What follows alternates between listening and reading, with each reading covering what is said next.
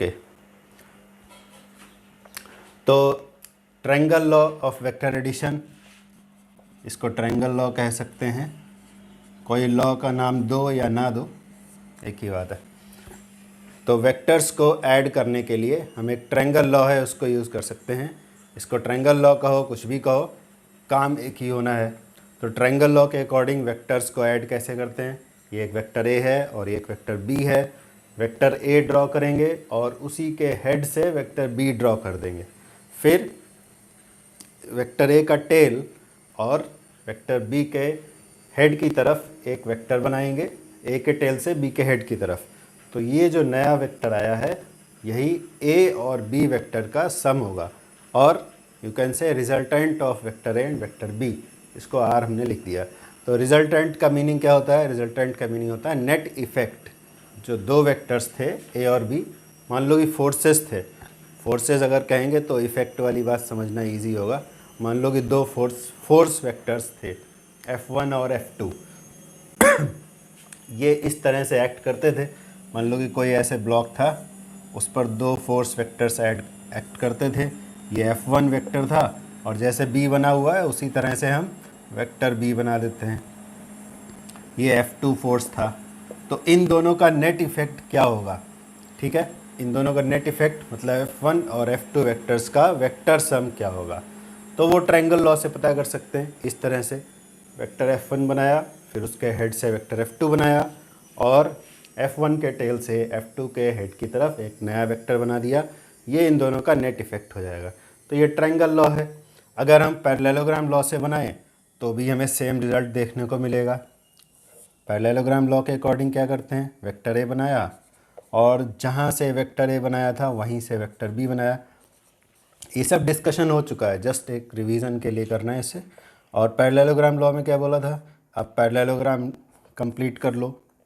ये parallelogram complete कर लिया तो ये वाला जो डायगोनल है जहाँ से दोनों वेक्टर्स को स्टार्ट किया गया है, ये वाला जो डायगोनल होगा यही दोनों वेक्टर्स का रिजल्टेंट होगा। रिजल्टेंट कहो या वेक्टर एडिशन कहो, एक ही बात है। ठीक है, तो अगर हम इस पैरेललोग्राम में देखें, इन पॉइंट्स के नाम लिख देते हैं, O P Q R ऐसे लिख दिया। तो ये जो डायगोनल था OQ, इसने तो A प्लस बी यानी A और B का रिजल्टेंट रिप्रेजेंट किया। लेकिन जो ये वाला डायगोनल था PR, ये डायगोनल अगर हम बनाते तो ये क्या रिप्रेजेंट करता? ठीक है, इस बात का आंसर अभी थोड़ी देर में मिलेगा। तो ये था वेक्टर्स का एडिशन। दो वेक्टर्स थे। अगर दो से ज़्यादा वेक्टर्स होते हैं तो हम पॉलीगन लॉ कह सकते हैं। ठीक है, कोई लॉ का नाम दो या ना दो, कोई फ़र्क नहीं पड़ता उससे, बट करना क्या है ये तुम्हें पता होना चाहिए। तो मान लो कि दो से ज़्यादा वेक्टर्स अगर हैं हमारे पास और उनका रिजल्टेंट बताना है, रिजल्टेंट कहो या एडिशन कहो, एक ही बात है। सपोज़ ये वेक्टर ए था, ये वेक्टर बी था, ऐसे मान लो सी था, और एक ले लेते हैं कोई, सपोज़ ये ऐसे एक वेक्टर डी था। ये चार वेक्टर्स थे हमारे पास, इनका रिजल्टेंट हमें बताना है। रिजल्टेंट कह लो या वेक्टर सम कह लो, एक ही बात है। तो इनका रिजल्टेंट कैसे बनाएंगे? बहुत इजी है। वेक्टर ए बनाओ, फिर वेक्टर बी उसके हेड से, फिर उसके हेड से वेक्टर सी, फिर सी के हेड से वेक्टर डी। ठीक है, और फर्स्ट वाले वेक्टर के टेल से लास्ट वाले वेक्टर के हेड को ज्वाइन करते हुए एक नया वेक्टर बना दो। तो ये जो वेक्टर आएगा आर वेक्टर, ये आर वेक्टर क्या होगा? Vector A plus vector B plus vector C plus vector D. ठीक है, और इनको सीक्वेंस में बनाना भी ज़रूरी नहीं है।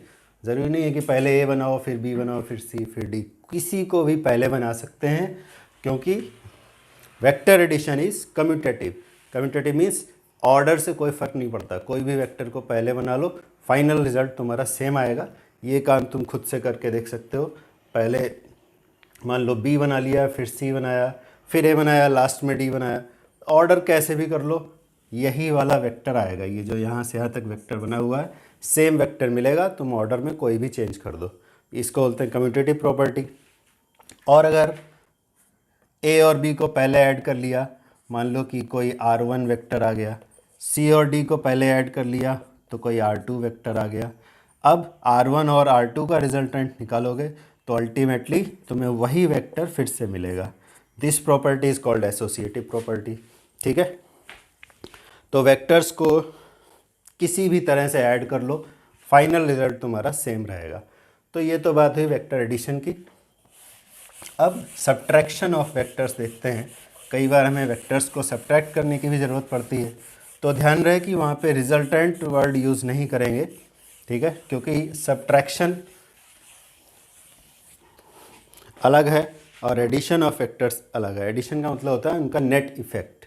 ठीक है, तो मान लो कि दो वेक्टर्स हैं हमारे पास, ये है एक वेक्टर ए और ये है मान लो एक वेक्टर बी।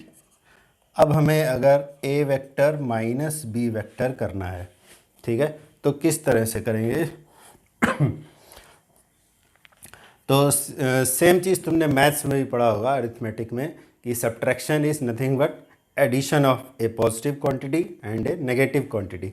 सेम चीज़ यहाँ पर भी करेंगे। Vector A minus vector B को ऐसे लिख लेंगे, vector A plus minus vector B. और माइनस वेक्टर बी का क्या मतलब है? ये तो वेक्टर बी है, this is not minus B vector. तो माइनस बी वेक्टर का क्या मतलब है? किसी वेक्टर का अपोजिट वेक्टर अगर बनाए, अपोजिट वेक्टर क्या होता है? Magnitude will be the same, यानी कि लेंथ सेम होगा, सिर्फ डायरेक्शन एंटी पैरेलल हो जाएगा। ठीक है, तो ये वाला जो वेक्टर है, ये एक वेक्टर बना हुआ है, ये एक वेक्टर बना है, तो minus B vector is opposite vector of vector B. तो ए में अगर हमें बी को सब्ट्रैक्ट करना है तो कैसे करेंगे? ए वेक्टर में माइनस बी वेक्टर को ऐड कर देंगे। ठीक है, तो जैसे भी डायग्राम मेथड से कर रहे थे वैसे ही कैसे ऐड करेंगे? वेक्टर ए हमने बना लिया और माइनस बी वेक्टर इसमें ऐड किया। कौन सा वाला ऐड करेंगे? ये तो बी है, ये माइनस बी है, माइनस बी को यहाँ पे ऐड करेंगे। ये हमने माइनस बी वेक्टर को ऐड कर दिया। ठीक है, फिर ऐड कैसे करते हैं?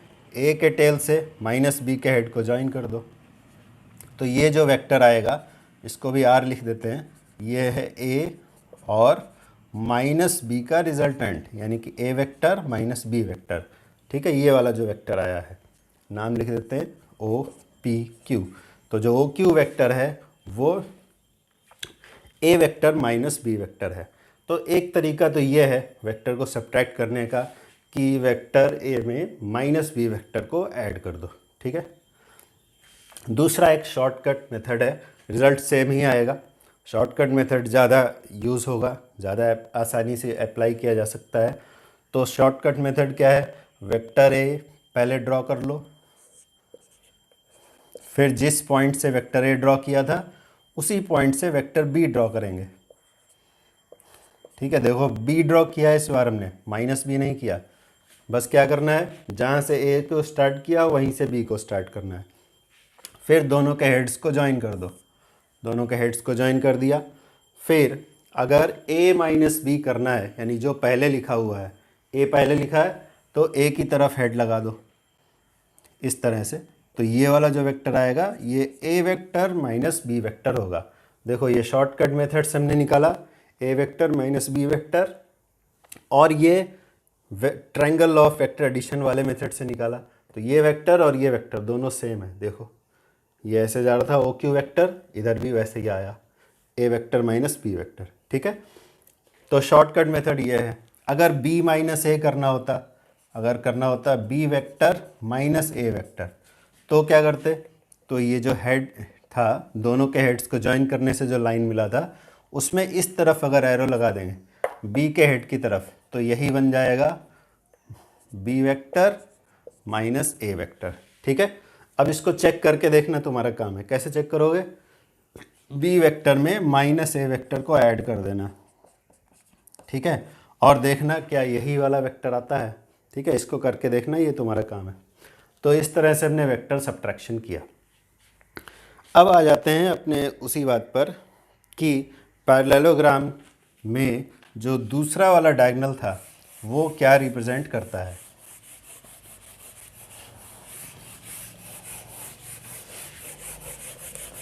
दो डायगोनल हो सकते हैं पैरेललोग्राम में, एक डायगोनल तो ए और बी के रिजल्टेंट को रिप्रेजेंट करता है, तो दूसरा डायगोनल किसको रिप्रेजेंट कर रहा है।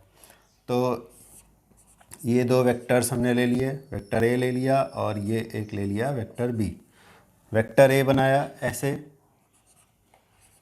और उसी पॉइंट से बना दिया वेक्टर बी, फिर पैरेललोग्राम कंप्लीट किया।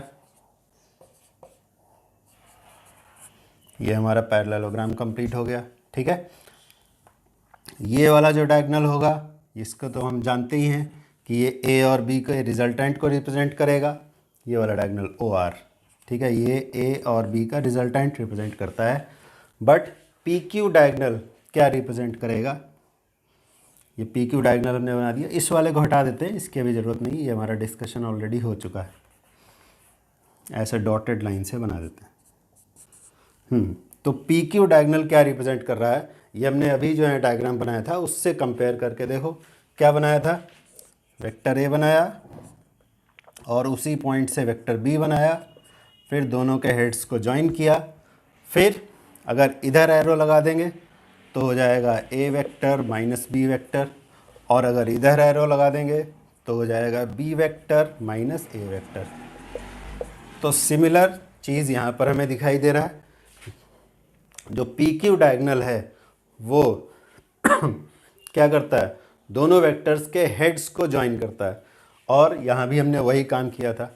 तो हेड्स को ज्वाइन करने वाला जो वेक्टर है वो इसका मतलब क्या रिप्रेजेंट करता है, दोनों वेक्टर्स के सब्ट्रैक्शन का मैग्नीट्यूड रिप्रेजेंट करता है। ये पी क्यू डायगोनल मैग्नीट्यूड हमने इसलिए बोला क्योंकि हमने अभी इसमें एरो नहीं लगाया पी क्यू में। अगर हम इस तरफ एरो लगा देंगे यानी Q से P की तरफ जाएंगे तो बन जाएगा, देखो Q से P की तरफ अगर गए तो वेक्टर क्या मिलेगा, A vector minus B vector. और अगर P से Q की तरफ हेड लगाएंगे, इस तरफ अगर हेड लगा दिया तो क्या मिल जाएगा, B vector minus A vector. ठीक है, तो इट मीन्स कि जो पैरेललोग्राम के जो दोनों डायगोनल्स हैं, कौन सा डायगोनल, एक डायगोनल तो वो जो दोनों वेक्टर्स के स्टार्टिंग पॉइंट से बनाया गया था, that diagonal represents what, vector sum O R. O R क्या रिप्रेजेंट करता है, A vector plus B vector. और ये वाला जो डायगोनल है जो दोनों वेक्टर्स के हेड्स को ज्वाइन करने से मिलता है, वो दोनों वेक्टर्स के सब्ट्रैक्शन को रिप्रेजेंट करता है। ठीक है, तो ये तो थ्योरी है। अब इस पर बेस्ड क्वेश्चंस, डिफरेंट टाइप के क्वेश्चंस बन सकते हैं, बहुत सारे क्वेश्चंस मिल जाएंगे। उनको हम नहीं करवा रहे हैं, अभी एक्सरसाइज में दिए हुए हैं, उनको आसानी से किया जा सकता है। ठीक है, वो तुम कर लेना है उसे। अब नेक्स्ट कॉन्सेप्ट पर चलते हैं, that is called relative velocity. ये एक्चुअली हम लोग पढ़ क्या रहे हैं, मोशन इन ए प्लेन। तो मोशन इन ए प्लेन को पढ़ने के लिए हमें वेक्टर एडिशन और सब्ट्रैक्शन की ज़रूरत होती है, जो कि हमने अभी डिस्कशन कर लिया है। अब मोशन इन ए प्लेन में आगे बढ़ते हैं और इसमें पढ़ते हैं रिलेटिव वेलोसिटी।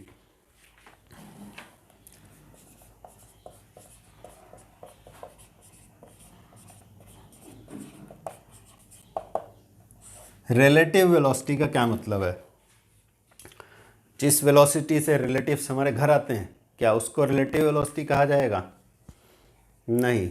रिलेटिव वेलोसिटी का मतलब है कि अगर एक मूविंग ऑब्जेक्ट से दूसरे मूविंग ऑब्जेक्ट को देखा जाए तो जो दूसरा वाला मूविंग ऑब्जेक्ट है, यानी जिसको हम ऑब्जर्व कर रहे हैं, एक है ऑब्जर्वर और एक है ऑब्जर्व्ड, तो जो ऑब्जर्व्ड वाला ऑब्जेक्ट है उसका मोशन किस तरह डिस्क्राइब किया जाएगा।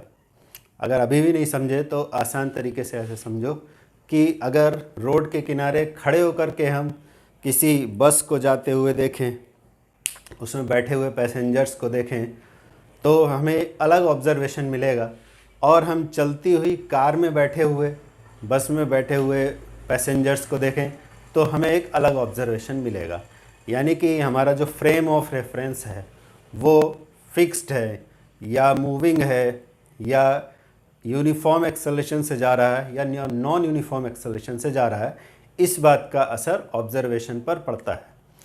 इवेंट्स वही रहते हैं लेकिन ऑब्जर्वेशन चेंज हो जाता है ऑब्जर्वर के फ्रेम ऑफ रेफरेंस के अकॉर्डिंग।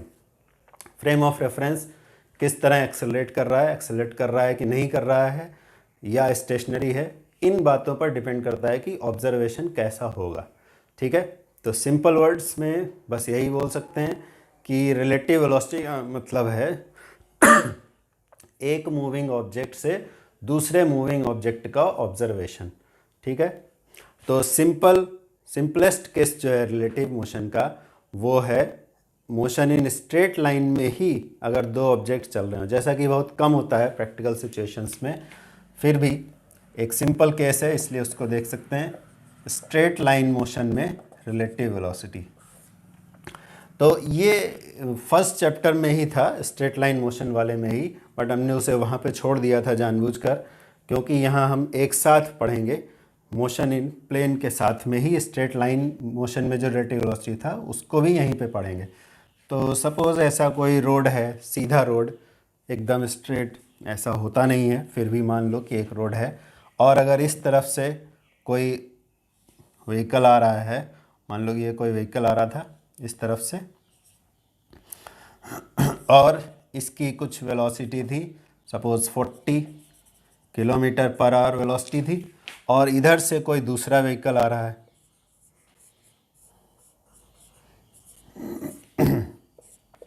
इसकी वेलोसिटी थी मान लो 30 किलोमीटर पर आवर। ठीक है, तो ये सपोज़ कार है, मान लो कि कार है, भले ही दिख ना रही हो फिर भी यू कैन इमेजिन, और ये ट्रक है। तो एक मूविंग ऑब्जेक्ट में बैठा हुआ आदमी दूसरे मूविंग ऑब्जेक्ट की मोशन को कैसे देखेगा? कार में बैठा हुआ आदमी इस ट्रक को अपनी तरफ आते हुए देखेगा, उसे कितनी स्पीड से आते हुए ट्रक दिखाई देगा। तो अगर कार रुकी हुई रहती, कार अगर अपनी जगह पे फिक्स रहती, इसकी वेलोसिटी होती मान लो कि 0, यानी रुकी हुई कार अगर होती तो truck 30 kilometre per our speed से इस तरफ आते हुए दिखाई देता, यानी कि 1 घंटे बाद ये वाला जो डिस्टेंस है कार और ट्रक के बीच का, truck 30 kilometre per our speed से चल रहा है, इसका मतलब ये 1 घंटे में 30 किलोमीटर इस तरफ चलेगा, यानी ये जो डिस्टेंस है वो 1 घंटे में 30 किलोमीटर कम हो जाएगा। ठीक है, इट मीन्स कार को क्या दिखेगा, कार में बैठे हुए आदमी को क्या दिखेगा कि इधर से जो ट्रक आ रहा है वो 30 किलोमीटर पर आवर स्पीड से आ रहा है। लेकिन ये जो डिस्टेंस है, अगर कार भी मोशन में है तो 30 किलोमीटर 1 घंटे में ट्रक ने कम कर दिया इस तरफ चलकर। ठीक है, ऐसे चला, और कार ने 1 घंटे में 40 किलोमीटर इधर से कम कर दिया, तो 1 घंटे के बाद में कार तो यहाँ पर होगी इस जगह पर, तो दोनों के बीच में जो डिस्टेंस कम हुआ है, 1 घंटे में कितना डिस्टेंस कम हुआ, 30 किलोमीटर ट्रक ने कम किया और 40 किलोमीटर कार ने कम कर दिया, तो 1 घंटे में यहाँ पर जो डिस्टेंस था कार और ट्रक के बीच में वो कितना कम हो गया, 30 + 40 = 70 किलोमीटर। 1 घंटे में 70 किलोमीटर डिस्टेंस कवर किया गया, 30 किलोमीटर ट्रक ने किया, 40 किलोमीटर कार ने किया, तो कितना डिस्टेंस कवर किया गया 1 घंटे में, 70 किलोमीटर। तो 1 घंटे में जो डिस्टेंस कवर्ड होता है दैट इज़ कॉल्ड स्पीड। तो इसको बोल सकते हैं रिलेटिव स्पीड, यानी कार में बैठे हुए आदमी को ऐसा दिखेगा कि 1 घंटे में 70 किलोमीटर डिस्टेंस कवर हुआ, जबकि कार की अपनी वेलोसिटी अगर सिर्फ देखें, अपनी नॉट वेलोसिटी, स्पीड अगर देखें तो वो 40 किलोमीटर पर आवर थी। अगर सिर्फ कार चल रही होती तो ये डिस्टेंस 1 घंटे में कितना कम होता, 40। सिर्फ ट्रक चल रहा होता तो कितना कम होता, 30। लेकिन दोनों ही चल रहे हैं एक दूसरे की तरफ, तो ये डिस्टेंस 1 घंटे में कितना कम हुआ, 70। यानी कि मूविंग ऑब्जेक्ट यानी मूविंग कार में बैठकर अगर हम ट्रक को देखेंगे तो हमें दिखेगा कि 1 घंटे में 70 किलोमीटर डिस्टेंस कवर हुआ है। तो यही जो 70 आया है पर आवर, इसी को कहते हैं relative velocity of truck with respect to car. Car में बैठकर देखा जा रहा है। ठीक है, अभी इसको स्पीड कहेंगे, वेलोसिटी अभी नहीं कहेंगे क्योंकि हमने अभी इसमें डायरेक्शन का डिस्कशन नहीं किया है। अब अगर ट्रक में बैठकर कार को देखा जाए तो क्या होगा? ट्रक ड्राइवर को क्या दिखेगा? ट्रक ड्राइवर इस तरफ 30 किलोमीटर चला 1 घंटे में, कार इस तरफ 40 किलोमीटर चला 1 घंटे में, यानी इनके बीच का जो डिस्टेंस था वो 1 घंटे में कितना कम हो गया? 70।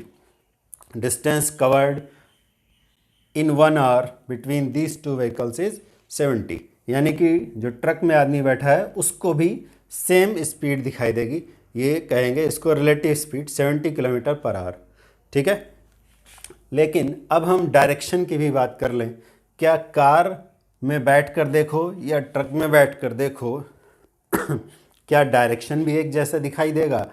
स्पीड तो एक जैसी दिखाई दे रही है। कार से देखा तो भी ये डिस्टेंस 70 कम हुआ 1 घंटे में, ट्रक से देखा तो भी 1 घंटे में 70 कम हुआ। क्या डायरेक्शन भी एक जैसा दिखाई देगा?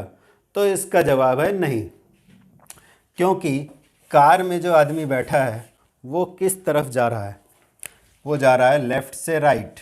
ठीक है, और जो ट्रक में बैठा हुआ आदमी है वो जा रहा है राइट से लेफ़्ट। तो भले ही दोनों के बीच में डिस्टेंस कम होने का जो रेट है, rate of covering distance between these two vehicles is same, but direction एक दूसरे से अपोजिट है। ठीक है, तो कन्वेंशन के अकॉर्डिंग, कन्वेंशन क्या ट्रेडिशन भी कह सकते हैं, तो ट्रेडिशन क्या है कि राइट साइड में जो डायरेक्शन है उसको पॉजिटिव ले लिया जाता है, जो लेफ़्ट में डायरेक्शन है उसको नेगेटिव ले लिया जाता है। तो अगर हम कार की वेलोसिटी लिखें, अब हम वेलोसिटी कह रहे हैं ना कि डायरेक्शन, तो वेलोसिटी में हम प्लस या माइनस साइन यूज़ करके डायरेक्शन बता सकते हैं, प्रोवाइडेड दैट कि हमारे पास सिर्फ 2 ही पॉसिबल डायरेक्शंस हों। तो अगर स्ट्रेट लाइन में मोशन हो रहा है तो हमारे पास 2 ही पॉसिबल डायरेक्शंस हैं, या तो लेफ़्ट में जा रहा होगा ऑब्जेक्ट या राइट में जा रहा होगा।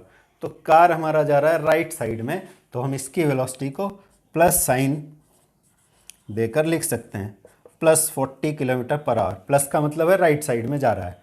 और ट्रक की जो वेलोसिटी है वो है किस तरफ? लेफ़्ट साइड में, तो उसमें हम माइनस साइन देकर लिख देंगे, तो पता चल जाएगा कि ट्रक लेफ़्ट डायरेक्शन में जा रहा है। ठीक है, माइनस साइन से हमने 2 ही पॉसिबल डायरेक्शन थे, लेफ़्ट या राइट, तो राइट को हमने पॉजिटिव से डिनोट कर दिया और लेफ़्ट को नेगेटिव से, तो हमारा काम प्लस माइनस से चल गया।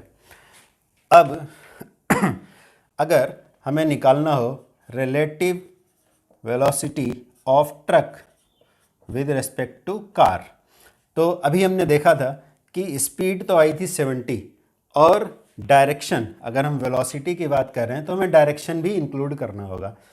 तो कार में relative velocity of truck with respect to car, इसका मीनिंग क्या होता है? इसका मीनिंग होता है with respect to car means ये ऑब्जर्वर की पोजीशन है। ठीक है, विद रिस्पेक्ट टू कार यानी कि ऑब्जर्वर कार में बैठा हुआ है, तो कार में बैठकर ट्रक की वेलोसिटी, देखो लिखा हुआ है रिलेटिव वेलोसिटी ऑफ ट्रक, यानी ट्रक को देखा जा रहा है, ट्रक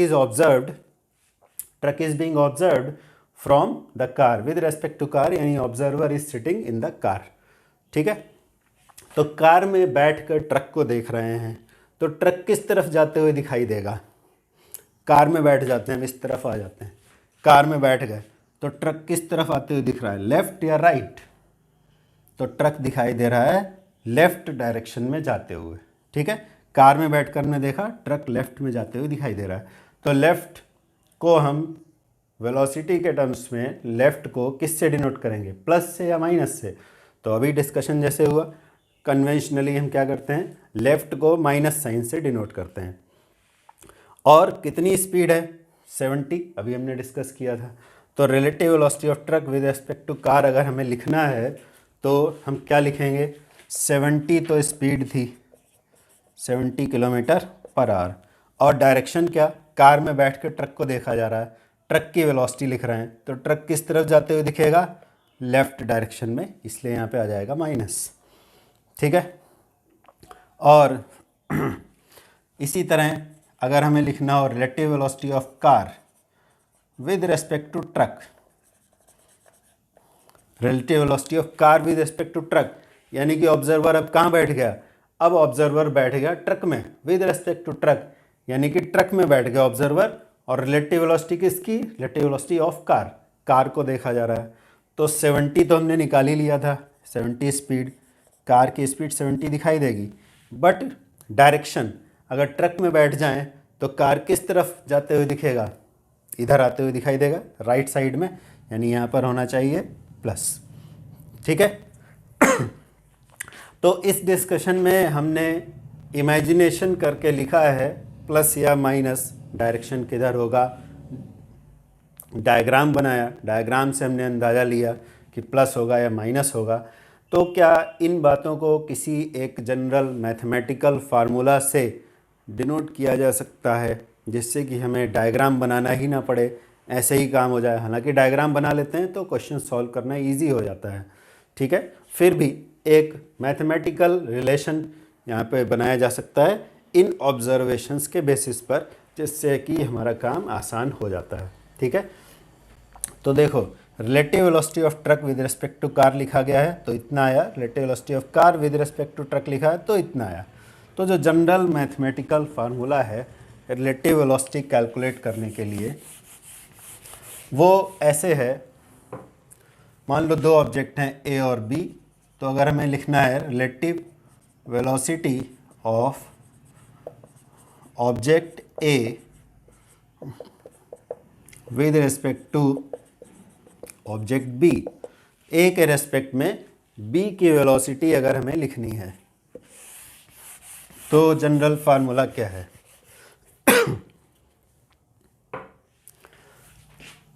तो इसको डिनोट इस तरह से करते हैं, velocity of A with respect to B. ठीक है, रिलेटिव वेलोसिटी के लिए, क्योंकि इसमें डायरेक्शन भी इन्वॉल्व है, इसलिए हमने वेक्टर साइन लगा दिया। तो क्या फार्मूला लिखेंगे? जिसकी वेलोसिटी लिखनी है, relative velocity of object A, वो पहले लिखा जाएगा V A vector minus V B vector. ठीक है, वेक्टर साइन लिखा है मतलब तुम्हें डायरेक्शन का भी ध्यान रखना है।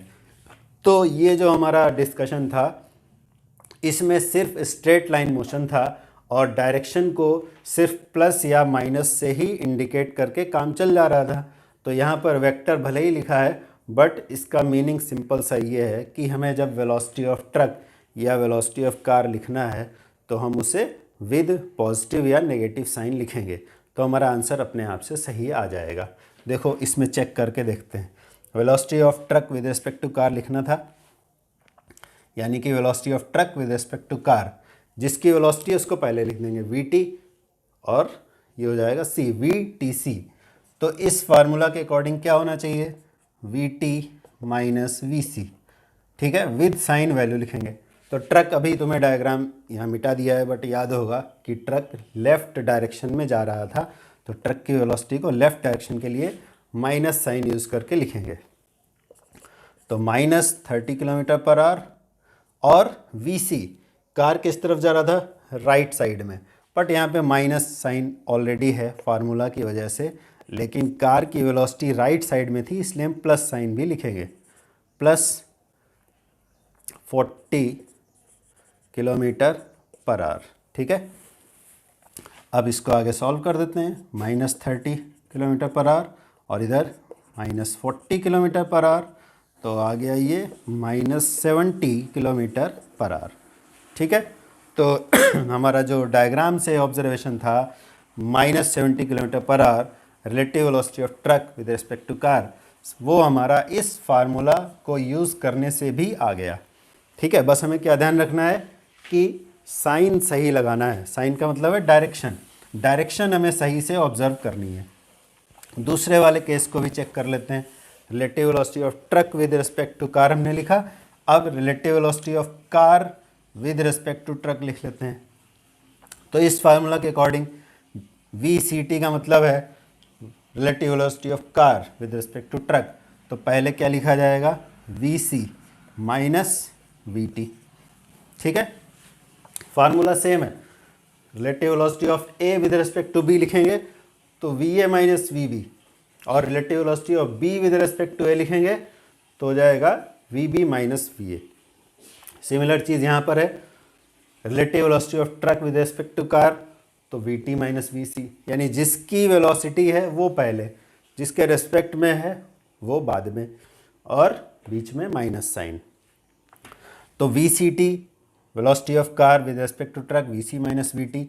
वी सी कार जा रहा था राइट साइड में इसलिए plus 40 kilometre per hour, minus formula वाला जो माइनस था वो ये फार्मूला की वजह से है माइनस, ना कि डायरेक्शन की वजह से। और वी टी ट्रक किस तरफ जा रहा था, लेफ्ट डायरेक्शन में, तो विद माइनस साइन उसकी वेलोसिटी लिखेंगे -30 किलोमीटर पर आवर। ठीक है, तो आ गया क्या, +40 इधर +30 तो आ जाएगा +70 किलोमीटर पर आवर। तो 70 किलोमीटर पर आवर तो स्पीड थी, और प्लस साइन क्या बता रहा है कि कार में बैठकर, सॉरी कार की वेलोसिटी थी, तो ट्रक में बैठकर कार को देखेंगे तो प्लस यानी कि वो राइट साइड में आते हुए दिखेगा, कितनी स्पीड से, 70 किलोमीटर पर आवर स्पीड से। तो रिलेटिव वेलोसिटी का ये जनरल फार्मूला है, relative velocity of A with respect to B is V A vector minus V B vector. ठीक है, क्या ये फार्मूला, ये तो हमने स्ट्रेट लाइन के लिए, एक सीधी लाइन में ऑब्जेक्ट्स जा रहे हैं उनके लिए निकाला है।